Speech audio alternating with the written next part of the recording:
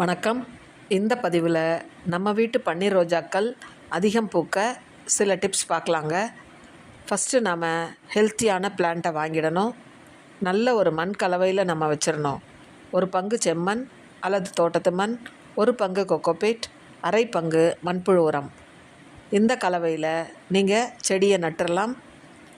First நீங்கள் நடும்பொழுது ஒரு 8 inch பாட்டில் வச்சுருங்க. அதன் பிறகு அது நல்லா வளர்ந்த பிறகு பெரிய பேகுக்கு மாற்றலாம். பூக்கள் பூத்து முடிந்த பிறகு நல்லா கீழே இறக்கி தாழ்த்தி ஒரு 4 இலைகளுக்கு கீழே கட் பண்ணணும். அப்படி கட் பண்ணும் பொழுது நமக்கு வரக்கூடிய தளிர்கள் நல்ல செழிப்பாக வரும். அதில் நிறைய மொட்டுக்கள் வைக்கும். இந்த பன்னீர் ரோஜா செடியை நீங்கள் நேரடி வெயிலில் வச்சிடலாம். அப்போ தான் நமக்கு நல்லா வளரும். மற்ற ரோஜாக்கள்லாம் நீங்கள் ஷேட் நெட்டில் வைக்கலாம். ஆனால் பன்னீர் ரோஜா மட்டும் நேரடி வெயிலில் இருக்கலாம். இதற்கு உரமாக 15 நாட்களுக்கு ஒரு முறை மண்புழு உரம், கடலை பிண்ணாக்கு கரைசல் அல்லது தொழு உரம் இவற்றை மாற்றி மாற்றி கொடுக்கணுங்க. இனி வரக்கூடிய நாட்கள் வெயில் காலமாக இருக்குது. அதனால் நீங்கள் அளவில் கொஞ்சம் குறைச்சி கொடுக்கலாம்.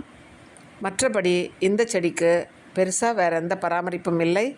நீங்களும் உங்கள் வீட்டில் இந்த செடிகளை வளர்த்து இப்படி காலையில் அழகாக இந்த பூக்கள் பூத்திருக்கிறத பார்த்து சந்தோஷப்படலாம். நம்ம பூஜைக்கும் பயன்படுத்திக்கலாம், நமக்கும் பயன்படுத்திக்கலாம். தேங்க்யூ ஃபார் வாட்சிங்.